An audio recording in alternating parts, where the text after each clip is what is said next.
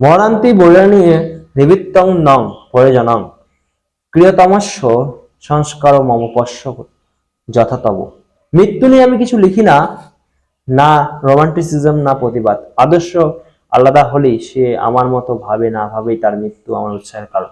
এতটা বীর আমি নই, হয়তো আমরা কেউ নেই।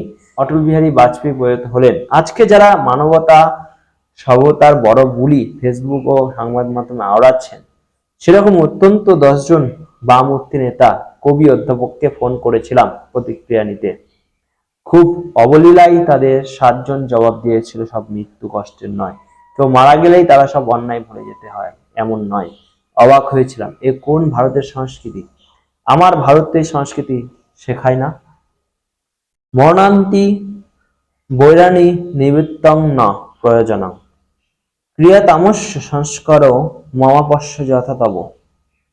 রাবণ মারা গিয়েছেন, সীতাহরণ সহ অজস্র অপরাধের তালিকা তার।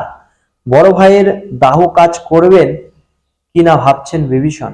কাঁধে হাত রাখলেন শ্রীরাম, বললেন মরণান্তি বৈরাণী নিবৃত্তং ন প্রয়োজনং ক্রিয়তমস্য সংস্কার মমপস্য যথাতব। মৃত্যুর পর আর শত্রুতা বাঁচিয়ে রাখতে নেই। রাবণের আত্মাও তো পরমাত্মাতে ফিরে যাবে। কি অদ্ভুত, অনন্য, চিরাচরিত মানবতাবাদী বোধ না? এই বোধই তো ভারতকে, হিন্দুদেরকে আর 5টা দেশ জাতির থেকে আলাদা করে।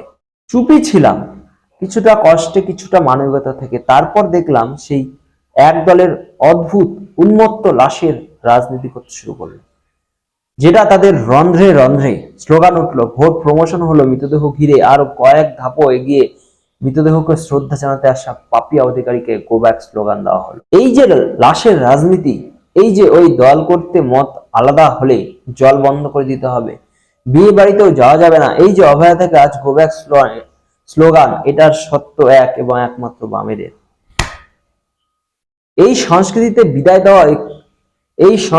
বিদায় দেওয়া একান্ত প্রয়োজন, খুবই জরুরি।